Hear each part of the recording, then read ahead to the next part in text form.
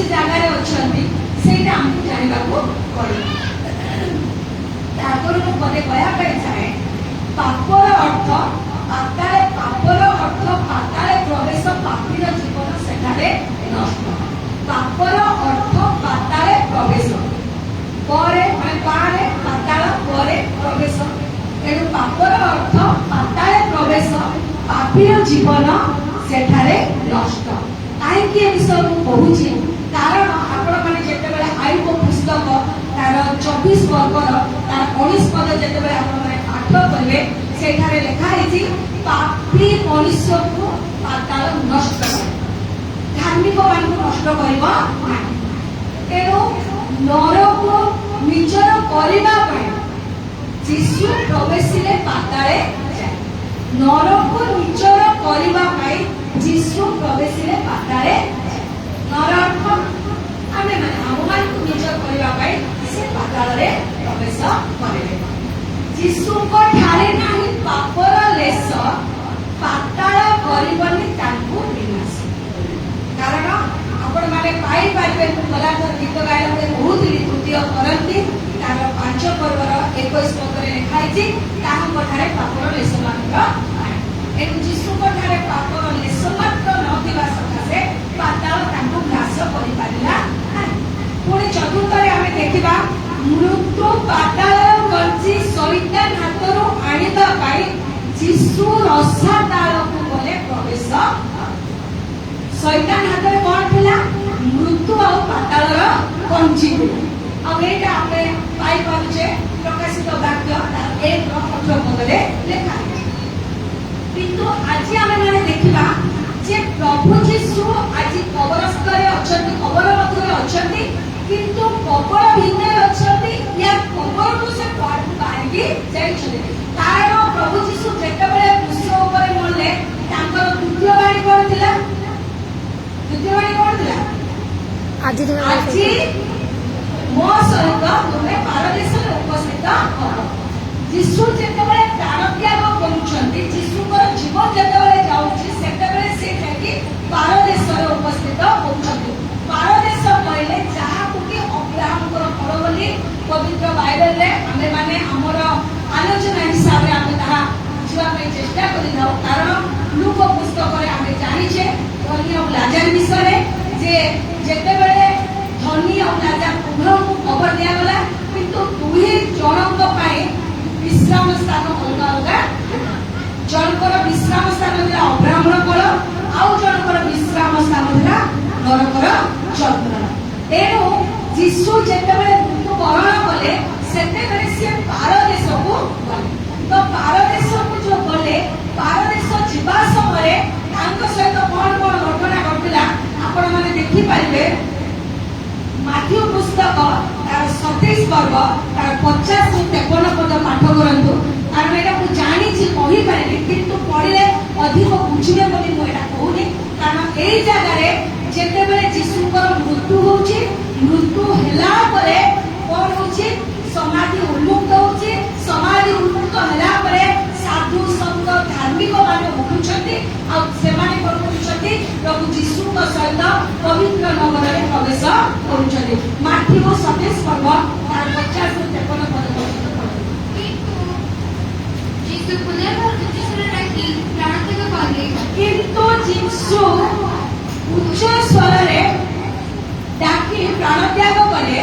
पुणी देख मंदिर विच्छेद वस्त्र पुणी देख मंदिर विच्छेद वस्त्र उपरू तल पर्यंत चिरी 2 खंड हैला चिरी 2 खंड हैला। एटा टिके मंदिर विच्छेद वस्त्र पर आपण माने जानती पुरातन नियम रे जेतेबेले पवित्र वेदी को प्रवेश करया पई जाउथिले सेही समय गोटे वस्त्र रखा जाउथिला आ सेही वस्त्र अपवित्र लोक माने बाहर करी भीतर को प्रवेश करि पारिबे।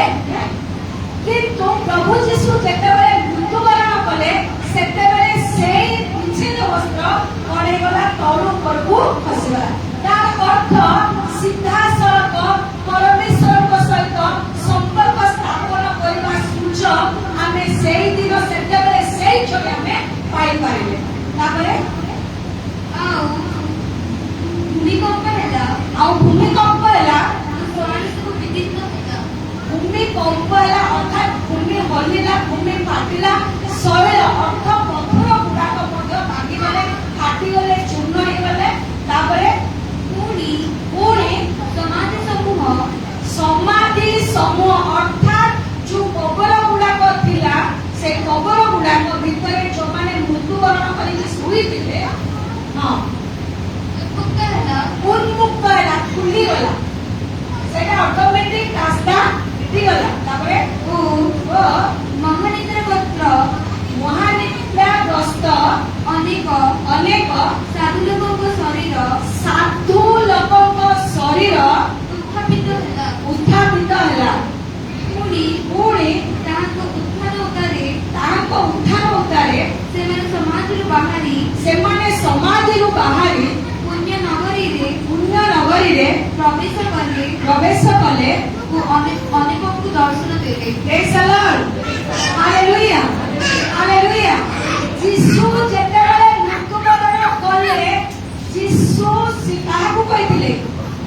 ଚୋରକୁ କହିଲେ, ଆଜି ତୁମେ ମୋ ସହିତ ପାରଦେଶରେ ଉପସ୍ଥିତ ହେବ। କିନ୍ତୁ ଯୀଶୁଙ୍କ ସହିତ ଖାଲି ଚୋରର ଆତ୍ମା ପାରଦେଶରେ ଉପସ୍ଥିତ ହେଇନଥିଲା, ଅନେକ ସାଧୁ ଲୋକ ଗୁଡାକ ଯୋଉ ମହାନିଦ୍ରାଗ୍ରସ୍ତ ହେଇଥିଲେ, ଯୋଉ ଶୋଇ ପଡିଥିଲେ, ଯୀଶୁଙ୍କର ମୃତ୍ୟୁକୁ ନେଇକି ସେଇଦିନ କଣ ହେଇଥିଲେ? ସାଧୁମାନେ ଉଠିଥିଲେ। ଜିଜିକାଲ ପୁସ୍ତକ ପଢିଛନ୍ତି, ସେଇଠି କଣ ଲେଖା ହେଇଛି? କଙ୍କାଳ ମାନଙ୍କ ଭିତରେ ଜୀବନ ଆସିବ। ଆଉ ଗୋଟେ ବିଷୟ ଆପଣମାନେ ଜାଣିଛନ୍ତି, ଏଲି ଯେତେବେଳେ ମରିଗଲେ, ତାଙ୍କୁ ନେଇ କବର ଦେବା ସମୟରେ ଜଣଙ୍କର ମୃତ୍ୟୁ ଶରୀର ଯେତେବେଳେ ସ୍ପର୍ଶ ହେଉଛି, ଏଲିଙ୍କର କଣ ସେଇଟା ଅସ୍ଥି ଦ୍ୱାରା ସେ ଜୀବନ ପ୍ରାପ୍ତ କରୁଛନ୍ତି। ତ ଏଇଠୁ ଆମେ ଜାଣିପାରୁଛେ ଈଶ୍ୱରଙ୍କର ଶକ୍ତି ଯାହା ଭିତରେ ଅଛି, ମୃତ୍ୟୁ ତାକୁ ଆବଦ୍ଧ କରି ରଖିପାରିବ ନାହିଁ, ମୃତ୍ୟୁ ତାକୁ ବାନ୍ଧି ଧରିପାରିବ ନାହିଁ। ତେଣୁ ପ୍ରଭୁ ଯୀଶୁ କବରରେ ଥିବା ସମୟରେ କବର ମାଟି ତଳେ ନଥାଏ, ଫାଷ୍ଟ ସେ ସ୍ୱର୍ଗ ଯାଉଛନ୍ତି। ସ୍ୱର୍ଗର ବିଶ୍ରାମ ସ୍ଥାନରେ ଯାହାକୁ ରଖିବା କଥା, ଅର୍ଥାତ୍ ପାଉଲ କୁହନ୍ତି କରନ୍ତି ପୁସ୍ତକରେ, ମୁଁ ତୃତୀୟ ସ୍ୱର୍ଗ ପର୍ଯ୍ୟନ୍ତ ନୀତ ହେଲି।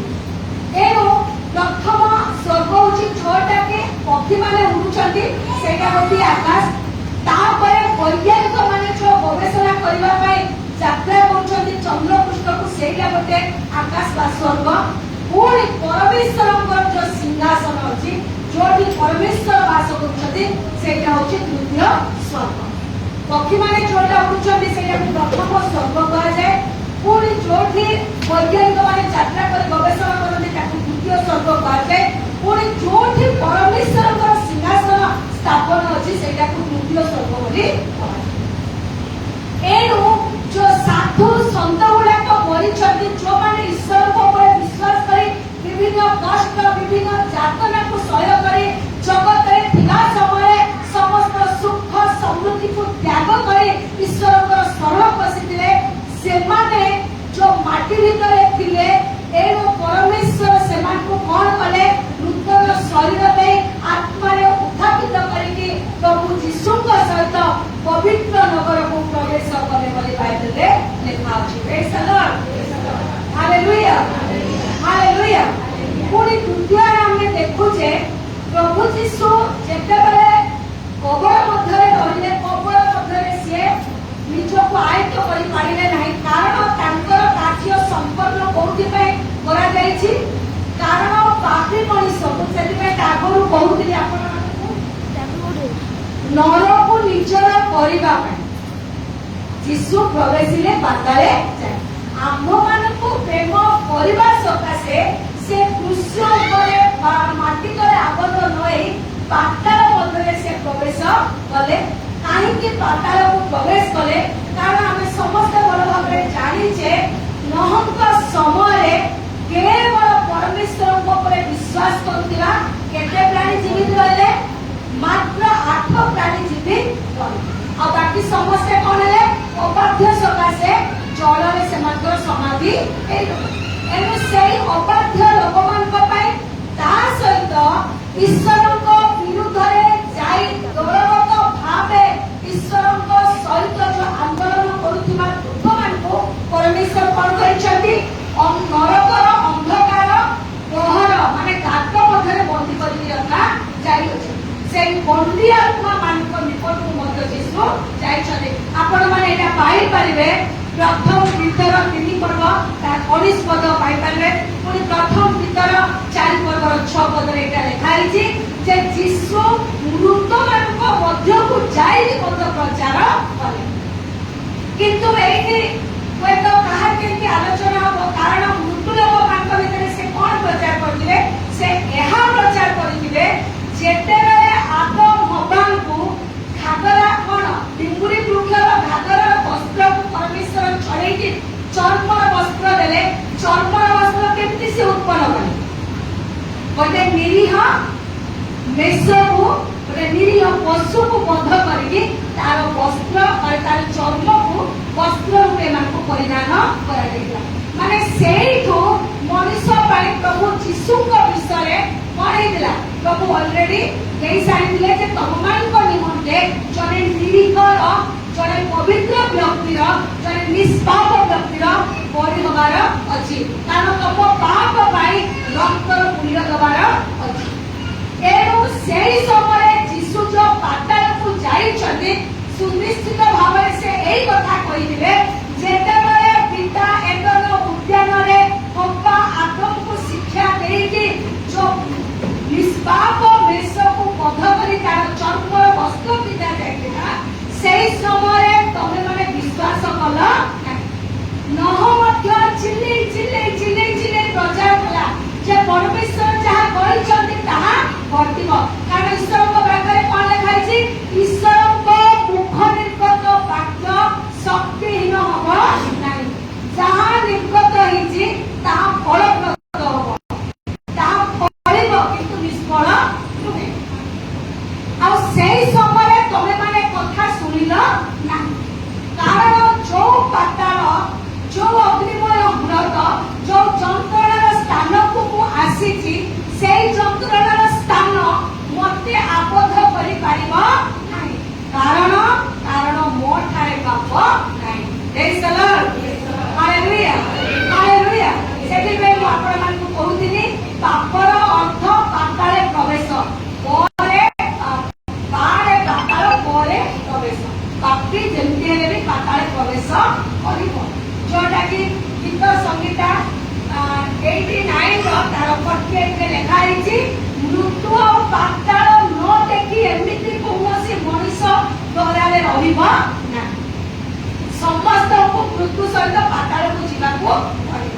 ପାତାଳ କାହିଁକି କୁହାଯାଉଛି? ପ୍ରକାଶିତ ବାକ୍ୟ ତାର 6:8 ଲେଖା ହେଇଛି ମୃତ୍ୟୁର ପଛରେ, ମୃତ୍ୟୁର ପଶ୍ଚାଦଗମନ ପାତାଳ କରୁଅଛି। ମୃତ୍ୟୁ ଆଉ ପାତାଳ ସମାନ, ମାନେ ମୃତ୍ୟୁ ସହିତ ପାତାଳ ସାଙ୍ଗରେ ସାଙ୍ଗରେ ଚାଲିଛି। ଏଣୁ ପ୍ରଭୁ ଯୀଶୁ ମଧ୍ୟ ଯେତେବେଳେ ମୃତ୍ୟୁବରଣ କଲେ ସେ ପାତାଳକୁ ଯାଇ ପାତାଳ ବନ୍ଦୀ ଆତ୍ମା ମାନଙ୍କୁ ସେ କହୁଛନ୍ତି ମୋ ଦ୍ୱାରା ହିଁ ଉଦ୍ଧାର ହବାର ଥିଲା, ମୋ ଦ୍ୱାରା ହିଁ ମୁକ୍ତି ହବାର ଥିଲା। କିନ୍ତୁ ଅନେକ ବାଇବେଲ ପଣ୍ଡିତ ମାନଙ୍କର ଅନେକ ବାଇବେଲ ମତ ଅଛି, କିନ୍ତୁ ଈଶ୍ୱରଙ୍କ ବାକ୍ୟ ଅର୍ଥାତ୍ ଆମକୁ ଏଇ ପବିତ୍ର ବାକ୍ୟ ଦିଆଯାଇଛି। ଏଣୁ ଏଇ ବାକ୍ୟରେ ଯାହା ଲିପିବଦ୍ଧ ଅଛି ତାହା ହିଁ ଆମକୁ ବିଶ୍ୱାସ କରିବାକୁ ପଡିବ। ଏଣୁ ଆମେ ଦେଖୁଛେ ଦୁଇଟା ବିଷୟ। ପ୍ରଭୁ ଯୀଶୁ ଖବରକୁ ଗଲା ପରେ ସେ ସ୍ୱର୍ଗକୁ ଯାଉଛନ୍ତି, ଦ୍ୱିତୀୟରେ ସେ ପାତାଳକୁ ଯାଉଛନ୍ତି। ଏଣୁ ଏଥିରୁ ଆମେ ଜାଣିପାରୁଛେ ଯେ ପ୍ରଭୁ ଯୀଶୁ ଦୁଇଟା ଜାଗା ବିଷୟରେ ଆମମାନଙ୍କୁ କଥା କହୁଛନ୍ତି। ୟାର ଯଦି ଆମେ ଆଧ୍ୟାତ୍ମିକ ଅର୍ଥ ବାହାର କରିବା ତେବେ ଜାଗତିକ ଭାବେ ଏଇ ଜଗତର ମଞ୍ଚ ମଧ୍ୟରେ ଅଭିନୟ କରୁ କରୁ ଈଶ୍ୱରଙ୍କ ଠାରୁ ପୃଥକୃତ ହେଇଯିବା, ତେବେ ଆମେ ଗର୍ତ୍ତଗାମୀ ହବା। କିନ୍ତୁ ଏଇ ରଙ୍ଗମଞ୍ଚ, ଏଇ ବିଶ୍ୱ ବା ଏଇ ବ୍ରହ୍ମାଣ୍ଡ ମଧ୍ୟରେ ରହୁ ରହୁ ଯାହାକୁ ଯୋଉ ଅଭିନୟ କରିବା ପାଇଁ ଦିଆଯାଇଛି, ଅଭି ଆମକୁ ପାରକୀୟ ଅଭିନୟ, ଅଭି ଚର୍ଚ୍ଚ ମଧ୍ୟରେ ଈଶ୍ୱରଙ୍କର ବାକ୍ୟ ଦେବା ପାଇଁ ରେଭରେଣ୍ଡ ବିଜୟ ନାୟକଙ୍କୁ ପ୍ରଭୁ ଅଭିଷିକ୍ତ କରିଛନ୍ତି। ଲୋକମାନଙ୍କୁ ତମେ ବାକ୍ୟ ଦେଇକି ନିକଟକୁ ତମେ ପଢିଆ। ଯଦି ସେଇ ଟାଇପରେ ଯଦି ସେ ବିଶ୍ୱସ୍ତ ଭାବରେ ଏଇ ଅଭିନୟକୁ, ଏଇ କଳାକୁ ସେ ଲେଖାଗଲା ମାଥ୍ୟୁ ତାର 25 ତାର 41 ପଦରେ ଖାଲି ମୁଁ କହୁଥିଲି କଣ କୁହାଯାଇଛି ବାମ ପାର୍ଶ୍ୱର ଲୋକମାନେ ଅନନ୍ତ ନର୍କ ଅନୁଭବ କରେ। ଏଣୁ ପ୍ରିୟ ମା ମାନେ ପ୍ରିୟ ଭାଇ ମାନେ ପ୍ରିୟ ମଣ୍ଡଳୀ ଈଶ୍ୱରଙ୍କ ବାକ୍ୟ ଖବରସ୍ଥ ଯୀଶୁଙ୍କ ବିଷୟକୁ ନେଇ ମତେ ଆପଣମାନଙ୍କୁ ଆଜି ଏହି ଶିକ୍ଷା ଦେବା ପାଇଁ ଚାହୁଁଛି ଯେ ପ୍ରଭୁ ଯୀଶୁ ଆମର ଶରୀର ଆଉ ଆମ ଭିତରେ ଥିବା ଆତ୍ମାକୁ ନେଇକି ଆଜି କଥା କହୁଛନ୍ତି। ଯଦି ଶରୀରକୁ ଜଗତ ହିସାବରେ ତମେ ପରିଚାଳନା କରିବ, ଜଗତ ହିସାବରେ ଯଦି ଶରୀରକୁ ତମେ ସଜାଡ଼ିବ ତେବେ ଅନନ୍ତ ନର୍କ ତମେ ଭୋଗିବ। ଆଉ ଯଦି ଶରୀରରେ ଥାଉ ଥାଉ ଆତ୍ମା ପାଇଁ ଯଦି ଜାଗ୍ରତ ହେଇକି ଫାଷ୍ଟିଂ ପ୍ରାର୍ଥନା କରିବ, ମହିଳା ସମିତି କରିବ, ବାଇବେଲ ଅଧ୍ୟୟନ କରିବ, ଉପବାସ କରିବ, ଈଶ୍ୱରଙ୍କୁ ଭୟ କରିବ, ତାଙ୍କର ଆଜ୍ଞା ଅନୁସାରେ ଚାଲିବ, ତେବେ ସୁନିଶ୍ଚିତ ତମ ପାଇଁ ସ୍ୱର୍ଗ ଅଛି। କାଲି ମୁଁ ଆପଣମାନଙ୍କୁ କହୁଥିଲି କଣ କହୁଥିଲି ଯେ ହେ ପିତ କ୍ଷମା କର, କୋଉ କୋଉ କଣ କ୍ଷମା ମିଳିଯିବ କି କହିଥିଲି ନା। ପୁଣି ଯେମିତି ଆମର ସୁଜାତା ଖାଲି କହୁଥିଲା ଯେ ଚୋରକୁ ଆଜି ତୁମେ ମୋ ସହିତ ପାରଦେଶରେ ଉପସ୍ଥିତ ହବ। ତ ଆଜି ସେମିତି ଆମମାନଙ୍କୁ ସେଇ ଶବ୍ଦ, ସେଇ ଭାଷା, ସେଇ କଥା ଆମ କର୍ଣ୍ଣକୁ ଆସିବ କି ନାହିଁ? କାରଣ ପ୍ରଭୁ ଆମକୁ ସୁଯୋଗ ଦେଇଛନ୍ତି। ପ୍ରଭୁଙ୍କର ଦାସ କଣ କରିଛନ୍ତି? ସମୟର ସଦ୍ବ୍ୟବହାର କର, କାରଣ କାଳ ମନ୍ଦ ଅଟେ। ଏଣୁ ନୂତନ ନିୟମରେ ଆମେ 10 ଆଜ୍ଞା ପାଇଛେ, ପୁରାତନ ନିୟମରେ ଆମେ 10 ଆଜ୍ଞା ପାଇଛେ, ନୂତନ ନିୟମରେ ଆମେ 2ଟା ଆଜ୍ଞା ପାଇଲେ। କିନ୍ତୁ ଯୀଶୁ କ୍ରୁଶରେ ବଳି ହେଲା ପରେ ଆଉ କେତେଟା ଆଜ୍ଞା ଦେଇଛନ୍ତି ଆମେ ଦେଖିବା। ଯାକୁବ ପୁସ୍ତକ ତାର 2 ପର୍ବ ତାର 8 ଆଉ 9 ପଦରେ ଲେଖା ହେଇଛି, ଏହି ରାଜକୀୟ ବ୍ୟବସ୍ଥା ଯଦି ପାଳନ ନ କରିବ ତେବେ ସେ ହିସାବରେ ତମେ ମାନେ ମଧ୍ୟ ଦଣ୍ଡିତ। ତେବେ ସେ ରାଜକୀୟ ବ୍ୟବସ୍ଥା କଣ? ଯାକୁବ 2:8 ପଦ ପଢନ୍ତୁ। ତୁମେ ଆପଣା ପ୍ରତିବାସୀକି ଆତ୍ମତୁଲ୍ୟ ପ୍ରେମ କର। ତୁମେ ଆପଣା ପ୍ରତିବାସୀକୁ ଆତ୍ମତୁଲ୍ୟ ପ୍ରେମ କର। ଶାସ୍ତ୍ରର ଏହି ରାଜକୀୟ ବ୍ୟବସ୍ଥା ଯଦି ପ୍ରକୃତରେ ପାଳନ କର, ତାହେଲେ ଭଲ କରିଥାଅ। ତାହେଲେ ତମେ ମାନେ ଭଲ କରିଥାଅ। ଏଇଠି ଲେଖା ହେଇଛି କଣ?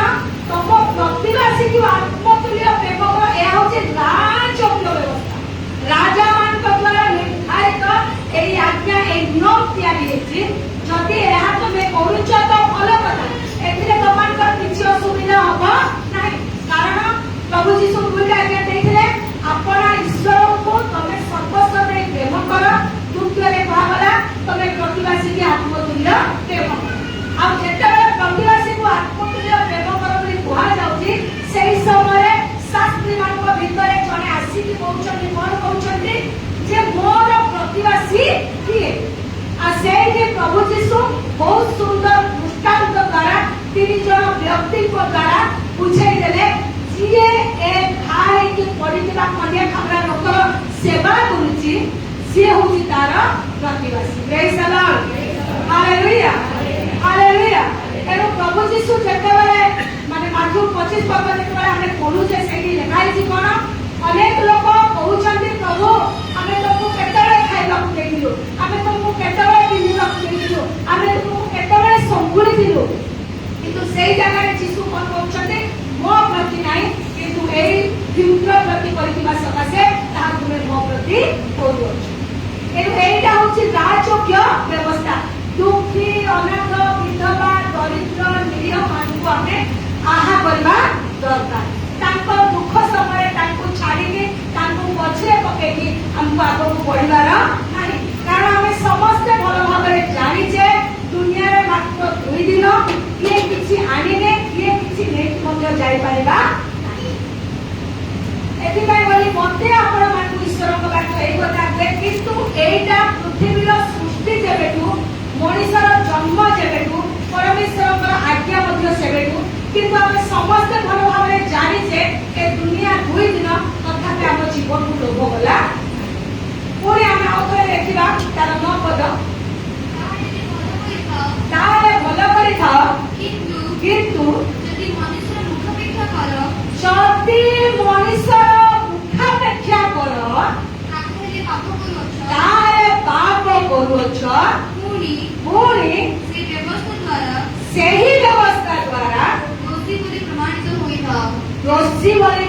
ସହିତ ହେଇଥାଉ। ପ୍ରେଜ୍ ଦ ଲର୍ଡ। Hallelujah hallelujah. ଆଜି ସମଗ୍ର ବିଶ୍ୱ ମାନେ ଖ୍ରୀଷ୍ଟ ବିଶ୍ୱାସୀ ମାନଙ୍କ ଭିତରେ ଗୋଟିଏ ଭ୍ରାନ୍ତ ମତ ଅଛି, ଗୋଟିଏ ଭୁଲ ଚିନ୍ତାଧାରା ଅଛି, ଗୋଟିଏ ମାନେ ପଥଭ୍ରଷ୍ଟ ଚିନ୍ତାଧାରା ଅଛି। ଆମେ ଯୀଶୁଙ୍କୁ ବିଶ୍ୱାସ କଲୁ, ଯୀଶୁ କ୍ରୁଶରେ ମଲେ, ଆମେ ପରିତ୍ରାଣ ପାଇଗଲୁ, ଆମେ ଉଦ୍ଧାର ପାଇଗଲୁ, ଆମେ ମରୁ ମରୁ ସ୍ୱର୍ଗ ପଳେଇଯିବୁ। ସେଇଟା କେବେ ମଧ୍ୟ ସ୍ୱପ୍ନ ଦେଖନ୍ତୁ ନାହିଁ, କାରଣ ସବୁଥିପାଇଁ ପରିଶ୍ରମ ଦରକାର। ବିନା ପରିଶ୍ରମରେ କିଏ ସଫଳ ହେଇ ନାହିଁ, ବିନା ପରିଶ୍ରମରେ କିଏ ଆଗକୁ ବଢି ମଧ୍ୟ ନାହାନ୍ତି। କାରଣ ଅଭିଶାପ କଣ ଅଛି? ମୁଣ୍ଡର ଝାଳ ତୁଣ୍ଡରେ ନ ବସିଲା ପର୍ଯ୍ୟନ୍ତ ସୁନ୍ଦରରେ ଶାନ୍ତିରେ ମୁଠାଏ ଆହାର କରିବ ନାହିଁ। ଆଜି ବି ସେଇ ଅଭିଶାପ ଆମ ଭିତରେ ରାଜତ୍ୱ କରୁଛି କି ନାହିଁ? ଏଣୁ ମତେ ଆପଣମାନଙ୍କୁ ଆଜି 2025 ର କେତେ ତାରିଖ? 19 ତାରିଖ। 2025 ର 19 ତାରିଖରେ ମୁତାବକ ପେଣ୍ଟିକୋଷ୍ଟ ମଣ୍ଡଳୀର ପ୍ରତ୍ୟେକ ବିଶ୍ୱାସୀଙ୍କୁ ସୈନ୍ୟାଧିପତି ସଦାପ୍ରଭୁ ପିତା ପରମେଶ୍ୱର ପୁତ୍ର ପ୍ରଭୁ ଯୀଶୁ ପବିତ୍ର ଆତ୍ମା ଈଶ୍ୱର ଆଜି ଅମୂଲ୍ୟ ନିର୍ଦ୍ଦେଶ କରୁଛନ୍ତି ଯେ ରାଜକୀୟ ବ୍ୟବସ୍ଥା ହେଉଛି ପ୍ରତିବାସୀକି ଆତ୍ମତୁଲ୍ୟ ପ୍ରେମ କର। ଆଉ ଯଦି ପ୍ରେମ କରୁଛ ତେବେ ମୁଖାପେକ୍ଷା କର ନାହିଁ। ଆଉ ଯଦି ମୁଖାପେକ୍ଷା କରୁଛ ସେଇ ବ୍ୟବସ୍ଥା କଣ କରିବ? ତୁମମାନଙ୍କୁ ବିଚାର କରିବ। ସେଇ ବ୍ୟବସ୍ଥା କଣ କରିବ? ତୁମମାନଙ୍କୁ ଦଣ୍ଡ ଦେବ। ଏଥିପାଇଁ ପ୍ରିୟ ମଣ୍ଡଳୀ, ପ୍ରଭୁ ଯୀଶୁ କ୍ରୁଶରେ ମଲେ, ଆମେ ପରିତ୍ରାଣ ପାଇଛୁ। ଯୀଶୁ ଆମ ପାଇଁ ରକ୍ତ ଢାଳିଦେଲେ, ଆମେ ସ୍ୱର୍ଗ ପଳେଇବା। ଏଇ କଣ? ଏଇ ଭ୍ରାନ୍ତ ଚିନ୍ତାରେ ରୁହନ୍ତୁ ନାହିଁ, ଏଇ ଭୁଲ ବୁଝାମଣାରେ ରୁହନ୍ତୁ ନାହିଁ। ଅତି କୁନି କୁନି ଛୁଆମାନେ ଅଛନ୍ତି, ସେ ଛୁଆମାନଙ୍କୁ ଘରେ ABCD କରି ମା ମାନେ ଶିଖେଇବେ, ତାପରେ ସ୍କୁଲ ଯିବେ। ସ୍କୁଲ ଗଲା ପରେ ମ୍ୟାଡମ ମାନେ ଯଦି ଲେଖିବା ପାଇଁ ଦେଲାବେଳେ ସେମାନେ ଯଦି ଲେଖୁଛନ୍ତି ଏଇ ଛୁଆଟା ବଢିଆ ଅଛି ରେ, ଏ ଛୁଆ ଭଲ ପଢୁଛି ରେ କୁହାଯିବ। କିନ୍ତୁ ଛୁଆ ଯଦି ସେଇଟା ନ କରେ ଘରକୁ କମ୍ପ୍ଲେନ କଣ ଆସିବ? ତମ ଛୁଆ ସ୍କୁଲରେ ଭଲ ପାଠ ପଢୁ ନାହିଁ। ଆଜି ଆମ ପାଇଁ ମଧ୍ୟ ଯୀଶୁ ମଲେ ସତ, ଆମକୁ ଉଦ୍ଧାର କଲେ ସତ, ପାପ ସମସ୍ତ ପ୍ରକାର ରୋଗ ବ୍ୟାଧି ଯାତନାରୁ ଆମକୁ ଉଦ୍ଧାର କଲେ ସତ, କିନ୍ତୁ ସ୍ୱର୍ଗ ଏତେ ସହଜରେ ଯାଇପାରିବା ନାହିଁ। ସମୟରେ ସ୍ତ୍ରୀଙ୍କୁ ପ୍ରଭୁ ଯୀଶୁ କଣ କହିଲେ? ମୁଁ ଯେମିତି ଜଳ କାଢିବାକୁ ନ ଯାଏ, ସେଥିପାଇଁ ମତେ ଜଳ ତମେ ଏମିତି ଦିଅ ଯେ ମତେ କୂଅକୁ ଆସିବାକୁ ପଡିବ ନାହିଁ। ପ୍ରଭୁ ଯୀଶୁ ସେ ଜାଗାରେ କଣ କହିଥିଲେ? ଯଦି ତତେ ସେଇ ଜଳ ପାନ କରିବାର ଅଛି, ତୋର 5 ସ୍ୱାମୀକି ଡାକିକି ଆଣ, ତୋ ସ୍ୱାମୀ ମାନଙ୍କୁ ଡାକିକି ଆଣ। କିନ୍ତୁ ସେଇ ଜାଗାରେ ସେ କହିଥିଲା ମୋର ସ୍ୱାମୀ କେହି ନାହାନ୍ତି। କିନ୍ତୁ ପ୍ରଭୁ ଯୀଶୁ କଣ କହିଥିଲେ? ତୋର 5ଟା ସ୍ୱାମୀ ଅଛନ୍ତି। ପ୍ରେଜ୍ ଦ ଲର୍ଡ। Hallelujah hallelujah. ସେଥିପାଇଁ ମୁଁ ଆପଣମାନଙ୍କୁ କହୁଥିଲି, ପରମେଶ୍ୱର ଆମଠୁ ଶାରୀରିକ ଆତ୍ମିକ ଦୁଇଟା ବିଷୟକୁ ନିରୀକ୍ଷଣ କରନ୍ତି। ଏଣୁ ପାଣି ସହିତ ତାର ସ୍ୱାମୀର କଣ ରିଲେଟେଡ ଥିଲା? ସେଠି କଣ ସାମଞ୍ଜସ୍ୟ ଅଛି? କାରଣ ଶାରୀରିକ ଅଭିଳାଷ, ରକ୍ତ ମାଂସର ଶରୀର ସ୍ୱର୍ଗ ଯିବାକୁ ଆଦେଶ ଦବ। ଏଣୁ ସେଇ ଜାଗାରେ ପ୍ରଭୁ ଯୀଶୁ ଏତେ ବଡ ବଡ ୱାର୍ଡ ୟୁଜ କରିଥିଲେ ଯେ ତୋର 5ଟା ସ୍ୱାମୀକି ଧରିକି ଏଥିପାଇଁ ପ୍ରିୟ ମଣ୍ଡଳୀ, ଯୀଶୁଙ୍କ ସହିତ ରହିବା। ପ୍ରଭୁ ଯୀଶୁ କଣ କହିଲେ? ଯେତେବେଳେ ପୁନଃଖ୍ୟା ନେଇକି ଉଠୁଛନ୍ତି, ସ୍ୱର୍ଗାରୋହଣ କରୁଛନ୍ତି, ସ୍ୱର୍ଗାରୋହଣ ପରେ ସେ କଣ କହିଛନ୍ତି? ମୁଁ ତୁମମାନଙ୍କ ନିମନ୍ତେ ସ୍ଥାନ ପ୍ରସ୍ତୁତ କରିବାକୁ ଯାଉଅଛି, ଆଉ ମୁଁ ଆଉ ଆପଣମାନେ ସେଇ ସ୍ଥାନର ଅନ୍ୱେଷଣ ନିମନ୍ତେ ଆଜି ଏଇ ଗୃହ ମଧ୍ୟରେ ଏକତ୍ରିତ ହେଇଅଛେ। ଏଣୁ ସେଇ ସ୍ଥାନରେ ଯଦି ଆମେ ଏଇ ଜାଗାରୁ ସେ ଜାଗାକୁ ସ୍ଥାନାନ୍ତରିତ ହେଇକି ସେଥିର ବାସିନ୍ଦା ହବା ପାଇଁ ଯଦି ଆମେ ଇଚ୍ଛା କରୁଛେ, ତେବେ ଦ୍ୱିତୀୟ ବ୍ୟବସ୍ଥା, ପ୍ରଥମ ବ୍ୟବସ୍ଥା ହେଲା ରାଜକୀୟ ବ୍ୟବସ୍ଥା ପାଳନ କରିବାକୁ ହବ। ଦ୍ୱିତୀୟ ବ୍ୟବସ୍ଥା ହେଲା ସ୍ୱାଧୀନତାର ବ୍ୟବସ୍ଥା ପାଳନ କରିବାକୁ ହେବ। ସ୍ୱାଧୀନତାର ବ୍ୟବସ୍ଥା କଣ? ସେଇ ଯାକୋବ ପୁସ୍ତକ 2 ପର୍ବ ତାର 12 ପଦ ପାଠ କରନ୍ତୁ। ତୁମେମାନେ ବିଚଳିତ ହେବ, ଏହା ଜାଣି ସେଇ ପ୍ରକାର କଥା କୁହ ଓ କାର୍ଯ୍ୟ କର। ପ୍ରେଜ୍ ଦ ଲର୍ଡ। Hallelujah hallelujah. ଆମେ କଣ ଏବେ କହୁଛେ? ପୁରାତନ ନିୟମରେ ଯାହା କହିଲେ ଖାଲି ପରମେଶ୍ୱର କଣ କରୁଥିଲେ? ଶାସ୍ତି ଦଉଥିଲେ, ସାଙ୍ଗେ ସାଙ୍ଗେ ମୃତ୍ୟୁ ହେଇଯାଉଥିଲା। କିନ୍ତୁ ନୂତନ ନିୟମରେ ନାହିଁ, କାରଣ ପ୍ରଭୁ କହିଛନ୍ତି 7 ଥର 70 ଗୁଣ କ୍ଷମା କର। ଏଣୁ ଏ ଜାଗାରେ ଆମେ ଯାହା କଲେ ମଧ୍ୟ ଆମେ ଯୀଶୁ ବାଲୁଙ୍ଗା ଆଉ ଗହମର ଉଦାହରଣ ଦେଲେ ଯେ କଣ କରିଦେଲେ ଗହମ ଆଉ ବାଲୁଙ୍ଗା ଦୁଇଟାକୁ ଏକାଥରେ ଉପୁଡାଯିବ କିନ୍ତୁ ଗହମ ଅମରରେ ରହିବ ଆଉ ବାଲୁଙ୍ଗା ଅଗ୍ନିରେ ନିକ୍ଷେପ ହବ। ଏଣୁ ଏଇ ଜାଗାରେ ଯୋଉ କୁହାଗଲା ସ୍ୱାଧୀନ ପାଇଛୁ ବୋଲି ମନ ଇଚ୍ଛା କଥାବାର୍ତ୍ତା କରିବ। ଆଜିକାଲି ପ୍ରଭୁଙ୍କ ଲୋକମାନଙ୍କ ମଧ୍ୟରେ ମଧ୍ୟ ବହୁତ ହଉଛି କଣ ହଉଛି ପବିତ୍ର ଆତ୍ମାକୁ ନେଇ ପରଭାଷାକୁ ନେଇ ଭଗବାଣୀକୁ ନେଇ ଦର୍ଶନ ସ୍ୱପ୍ନକୁ ନେଇ ବିଭିନ୍ନ ପ୍ରକାର କାହାଣୀ ଗପୁଛନ୍ତି କିନ୍ତୁ ପବିତ୍ର ବାଇବଲରେ ସ୍ୱୟଂ ପ୍ରଭୁ ଯୀଶୁ ମଧ୍ୟ କହିଛନ୍ତି ମୋତେ ପ୍ରଭୁ ପ୍ରଭୁ ବୋଲି ଅନେକ ଡାକିବେ କିନ୍ତୁ ମୁଁ ସେମାନଙ୍କୁ ସୁସ୍ପଷ୍ଟ କିଛି ଅବୁଝା ରହିବ ନାହିଁ ସମ୍ପୂର୍ଣ୍ଣ ପ୍ରାଞ୍ଜଳ ପରିଷ୍କାର ହବ ତୁମେ ମାନେ କିଏ ମୁଁ ତୁମମାନଙ୍କୁ ଚିହ୍ନି ନାହିଁ। ସେମାନେ କଣ କଣ କରୁଛନ୍ତି ସେମାନେ ଭୂତ ଛଡେଇଛନ୍ତି ସେମାନେ କଣ କରିଛନ୍ତି ସେମାନେ ଅନେକ ଲୋକଙ୍କୁ ଦୁର୍ବଳ ଦେଇଛନ୍ତି ସେମାନେ କଣ କରିଛନ୍ତି ସେମାନେ ଅନେକ ଲୋକଙ୍କୁ ପ୍ରଭୁଙ୍କ ନିକଟକୁ ମଧ୍ୟ ଆଣିଛନ୍ତି କିନ୍ତୁ କାହା ସାହାଯ୍ୟରେ କାହା ଦ୍ୱାରା ଆତ୍ମାଙ୍କର ଫଳ ପ୍ରଥମ ଫଳ କଣ ଅଛି ପ୍ରଥମ ଫଳ ପ୍ରେମ ପ୍ରେଜ୍ ଦ ଲର୍ଡ ହାଲେଲୁୟା। ସେଥିପାଇଁ ରାଜକୀୟ ବ୍ୟବସ୍ଥା କଣ ପ୍ରତିବାସୀକୁ ଆତ୍ମତୁଲ୍ୟ ଯଦି ପ୍ରେମ ଆମ ଭିତରେ ନାହିଁ ଯଦି ଶାନ୍ତି ଆମ ଭିତରେ ନାହିଁ ଯଦି ଆନନ୍ଦ ଆମ ଭିତରେ ନାହିଁ ତେବେ ପବିତ୍ର ଆତ୍ମା ଆମ ଭିତରେ ଅଛି ବୋଲି ଆମେ କେମିତି କନଫିଡେନ୍ସ କରିପାରିବା। ଆମ ନିଜର ସ୍ୱଭାବ ଯଦି ପରିବର୍ତ୍ତନ ନାହିଁ ଆମ ନିଜର ଗୁଣ ଯଦି ପରିବର୍ତ୍ତନ ନାହିଁ ତେବେ ଆମେ କେମିତି କରିପାରିବା। ଅନେକ ଲୋକ ଅନେକ ପ୍ରକାର ଆଜି ପ୍ରଭୁଙ୍କ ନାଁରେ ନେଇ ଢଙ୍ଗି ଜୀବନ ଗୁଡାକ କାଟୁଛନ୍ତି। ଆଉ ଏଥର ଗୋଟେ ବହୁତ ଖୁସି ଲାଗିଲା ମତେ ପ୍ରଭୁଙ୍କର ଦାସ ରେଭରେଣ୍ଡ ଲିମା ଆଜ୍ଞା ଜିତୁ ଲିମା ଆଜ୍ଞା ବହୁତ ସୁନ୍ଦର ଗୋଟେ ଡେମୋଟି ଦେଖେଇଲେ ମାନେ କରନ୍ତୁ ଅବି ମୁଁ ବିଶୁକୁ ଡାକିବି ତାକୁ ମୁଁ କହିବି ଯେ ବିଶୁ ତୋର ପାଠ ପଢାରେ ତୋତେ ମନ ଲାଗୁନି ସେ କହିବ ନାଇଁ ମତେ ମନ ଲାଗୁନି ତୋର ବାପା ମାର ବହୁତ ଅସୁବିଧା ହଁ ମୋର ବହୁତ ଅସୁବିଧା ଆଗକୁ ତୁ ଭଲ ହେବା ପାଇଁ ବହୁତ ଷ୍ଟ୍ରଗଲ କରୁଛୁ ହଁ ମୋର ଏଇଟା ହେଲା ତା ପାଇଁ ମୋର ଭଗବାନ ଏବେ ସେଇଟା ଭଗବାନ ଥିଲା କି ନାଇଁ এইভাবে কইছে কোন তারপরে ମୁଁ କହିଲି ଦେଖିଲ ମାନେ ଜୀବନରେ ଏଇ ସବୁ ଘଟଣା ଘଟିଛି ଏଇଟା ମତେ ପବିତ୍ର ଆତ୍ମା କହିଲେ ମୁଁ ଏଇଟା ବ୍ୟାଖ୍ୟା କରୁଛି ଆଜି ଏଇଭଳି ଢଙ୍ଗି ଚାଲିଛି କିନ୍ତୁ ଏଇ ଢଙ୍ଗିକୁ ପ୍ରଭୁ ସହନ୍ତି ନାହିଁ। ଏଣୁ ଉଭୟଙ୍କ ନିମନ୍ତେ ପ୍ରଭୁଙ୍କର ସେବା କରୁଥାଅ କି ତମେ ସାଧାରଣ ବିଶ୍ୱାସୀ ମଧ୍ୟ ହୁଅ ମୁଖାପେକ୍ଷା ପ୍ରଭୁ ସହନ୍ତି ନାହିଁ। ପୁଣି ସ୍ୱାଧୀନ ଅଛୁ ବୋଲି ମନ ଇଚ୍ଛା କାର୍ଯ୍ୟ କରିବା ସେଇଟା ମଧ୍ୟ ଈଶ୍ୱର ପସନ୍ଦ କରନ୍ତି ନାହିଁ। ପୁଣି ତୃତୀୟ ବିଷୟ ଆମେ ଦେଖିବା ସେଇଟା ହଉଛି ଖ୍ରୀଷ୍ଟଙ୍କର ବ୍ୟବସ୍ଥା ପାଳନ କରିବା। ଗାଲାଟୀ ପୁସ୍ତକ ତାର 6 ପର୍ବ 2 ପଦ ପାଠ କରନ୍ତୁ ସରେଇବା କାହିଁକି ଟାଇମ୍ ହେଇଗଲାଣି। ପରସ୍ପର ଘର ଗହନ କର ଏହି ପ୍ରକାର ତୁମେମାନେ ଖ୍ରୀଷ୍ଟଙ୍କ ବ୍ୟବସ୍ଥା ସଫଳ କରିବ। ପ୍ରେଜ୍ ଦ ଲର୍ଡ ହାଲେଲୁୟା ହାଲେଲୁୟା। ପରସ୍ପର ଭାର ବହନ କର ଏହି ପ୍ରକାର ତମେ ଖ୍ରୀଷ୍ଟଙ୍କର ବ୍ୟବସ୍ଥାକୁ କଣ କରିବ ସଫଳ କରିବ। ଖ୍ରୀଷ୍ଟ ଯଦି ଆମ ପାଇଁ ମଲେ ଆଉ ଆମ ପାଇଁ ସେ ସ୍ୱର୍ଗାରୋହଣ କରି ଆମ ପାଇଁ ଯଦି ସ୍ଥାନ ପ୍ରସ୍ତୁତ କରୁଛନ୍ତି ତେବେ ସେ ଆମମାନଙ୍କୁ କଣ କହିଲେ ପରସ୍ପର ଭାର ବହନ କର। ପ୍ରଭୁ ଯୀଶୁ ଯେତେବେଳେ ଜଗତରେ ଥିଲେ କାହାକୁ ସେ ଘୃଣା କରିନାହାନ୍ତି କି କାହା ବିରୁଦ୍ଧରେ ମଧ୍ୟ ସେ ଯାଇ ନାହାନ୍ତି ସମସ୍ତଙ୍କୁ ସମାନ ଦେଖିଛନ୍ତି। ଇଭେନ୍ ପ୍ରଭୁଙ୍କୁ ଜାଣିଥିବା ଲୋକମାନେ ଶାସ୍ତ୍ର ଜ୍ଞାନୀ ପଣ୍ଡିତ ମାନେ ଯୀଶୁଙ୍କୁ କହୁଥିଲେ ଇଏ ଗୋଟେ ପାପୀ ଲୋକ ପାପୀମାନଙ୍କ ଘରେ ଯାଇ ଖାଉଛି ଇଏ ଗୋଟେ ପାପୀ ଲୋକ ପାପୀମାନଙ୍କ ସହଭାଗିତାରେ ଅଛି। କିନ୍ତୁ ପରସ୍ପର କଣ କରିବ ଭାର ବହନ କରିବ ପରସ୍ପରକୁ ତମେ ଉତ୍ସାହ ଦବ ସେମାନଙ୍କୁ ତମେ ଆଗକୁ ବଢେଇବ।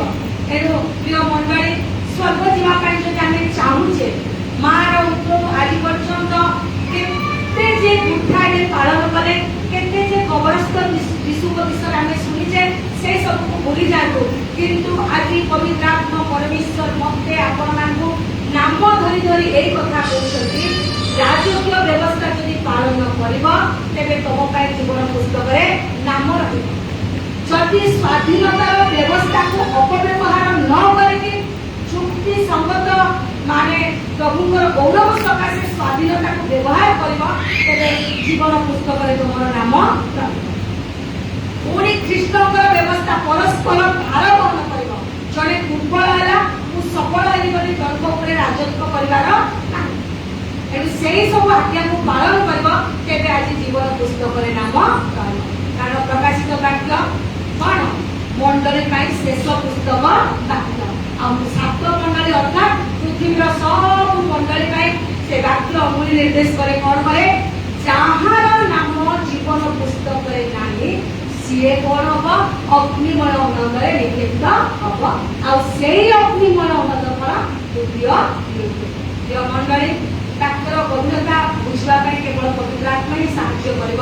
କାରଣ ଏତେ ସଂକ୍ଷିପ୍ତ ସମୟରେ ଆମେ ପ୍ରକୃତ ରହସ୍ୟ ଆଡ଼କୁ ଯାଇପାରୁନାହୁଁ। ଖାଲି ଉପୁରିଆ ଯାଉଛୁ, ଯଦ୍ୱାରା ଆମର ଖ୍ରୀଷ୍ଟୀୟ ଜୀବନର ମୂଳଦୁଆଟା ଷ୍ଟ୍ରଙ୍ଗ ହେଇପାରୁନି। ଈଶ୍ୱରଙ୍କ ପ୍ରତି ନିର୍ଭର କରିବାଟା ମଧ୍ୟ ଆମର ପଛୁଆ ହେଇଯାଉଛି। କାରଣ ଈଶ୍ୱରଙ୍କ ବାକ୍ୟର ଚେର ଆମ ଭିତରେ ପଶି ପାରୁନାହିଁ। ତେଣୁ ଈଶ୍ୱରଙ୍କ ବାକ୍ୟର ଚେର ଆମକୁ ଜାବୁଡ଼ି ଧରୁ ବୋଲି ଯଦି ଆମେ ଚାହୁଁଛେ ବାକ୍ୟକୁ 24 ଘଣ୍ଟା ଅଧ୍ୟୟନ କରନ୍ତୁ, ନିଶ୍ଚିତ ଭାବେ ପବିତ୍ର ଆତ୍ମା ଆମ ସମସ୍ତଙ୍କୁ ବୁଝିବା ପାଇଁ ସାହାଯ୍ୟ କରିବେ। ପ୍ରଭୁ ଏ ବାକ୍ୟରେ ଆମ ସମସ୍ତଙ୍କୁ ଆଶୀର୍ବାଦ କରନ୍ତୁ। ଆମେନ୍।